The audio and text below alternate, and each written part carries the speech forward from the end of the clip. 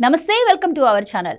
మంత్రిగా ఉన్న సమయంలో రోజుకో రకం స్టఫ్ ని ట్రోలర్స్ కి అందించేవారు గుడివాడ అమర్నాథ్. ఆయన చేసే కొన్ని వ్యాఖ్యలు చిన్నపిల్లల మాదిరిగా ఉండేవి. మానసిక పరిపక్వత లేని వారు చేసే వ్యాఖ్యల తరహాలో ఉండడంతో అందరూ నవ్వుకునేవారు. ఎన్నికల్లో ఓడిపోయిన తర్వాత సైలెంట్ అయిపోయారు గుడివాడ అమర్నాథ్. కానీ అడపాదడపా వచ్చి ప్రెస్ మీట్ పెట్టినా కూడా ట్రోలర్స్ కు ఏదో ఒకటి ఇవ్వకుండా వెళ్ళట్లేదు. ఇప్పుడు కూడా ఆణిముత్యం లాంటి మాటలు మాట్లాడారు గుడివాడ.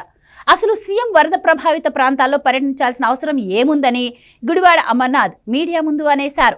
సీఎం జేసీబీలు ఎక్కి తిరుగుతున్నారని, ఇది పబ్లిసిటీ స్టంటేనని అన్నారు. వైసీపీలో పార్టీ ఆఫీస్ నుంచి స్క్రిప్ట్ రానిదే ఎవరు ప్రెస్ మీట్ పెట్టని సంగతి తెలిసిందే. అలాగే అధిష్టానం నుంచి ఆదేశాలు రావడంతో ప్రెస్ మీట్ పెట్టినట్టుగా చెబుతున్నారు.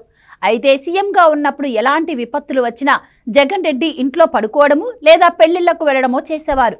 తమదే కరెక్ట్ అని వాదించడానికి వైసీపీ ఏమాత్రం సిగ్గు లేకుండా, సిగ్గు పడకుండా ఉండేదని గుడివాడ అమర్నాథ్ ప్రెస్ మీట్తో తేలిపోయింది. కొద్ది రోజులుగా నోరు తెరవని అమర్నాథ్తో ఇప్పుడు ఈ వాదన వినిపించడం వైసీపీ దివాలా కోరుతనానికి నిదర్శనంగా ఉందని సెటైర్లు పడుతున్నాయి. నిజానికి ముఖ్యమంత్రి ఫీల్డ్లో ఉండటం వల్లనే బాధితుల కష్టాలు తెలుసుకొని అందుకు అనుగుణంగా సహాయక చర్యలు చేయగలుగుతున్నారు. చంద్రబాబు ఫీల్డ్లో ఉంటే పనులు ఎలా జరుగుతాయో, ఎవరి పర్యవేక్షణ లేకపోతే ఎలా జరుగుతాయో అందరికీ తెలుసు.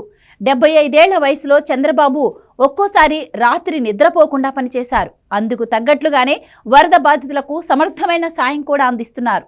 అయితే జగన్ రెడ్డి చేసిన నిర్వాకాలను సమర్థించుకోవడానికి వైసీపీ అధిష్టానం ఇలా అమర్నాథ్ను పంపిందన్న భావన వ్యక్తమవుతోంది. పైగా జగన్ రెడ్డి గతంలో ఓసారి అసెంబ్లీలో మాట్లాడుతూ విపత్తు ప్రాంతాలకు వెళితే తాను సహాయక చర్యలకు అడ్డమవుతానని చెప్పుకొచ్చారు.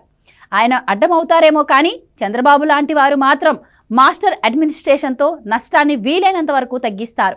అదే మరోసారి విజయవాడ వరదల విషయంలో స్పష్టంగా నిరూపితమైంది. అది తట్టుకోలేకే వైసీపీ నేతలు ఇలా ఏడుస్తున్నారని అంటున్నారు.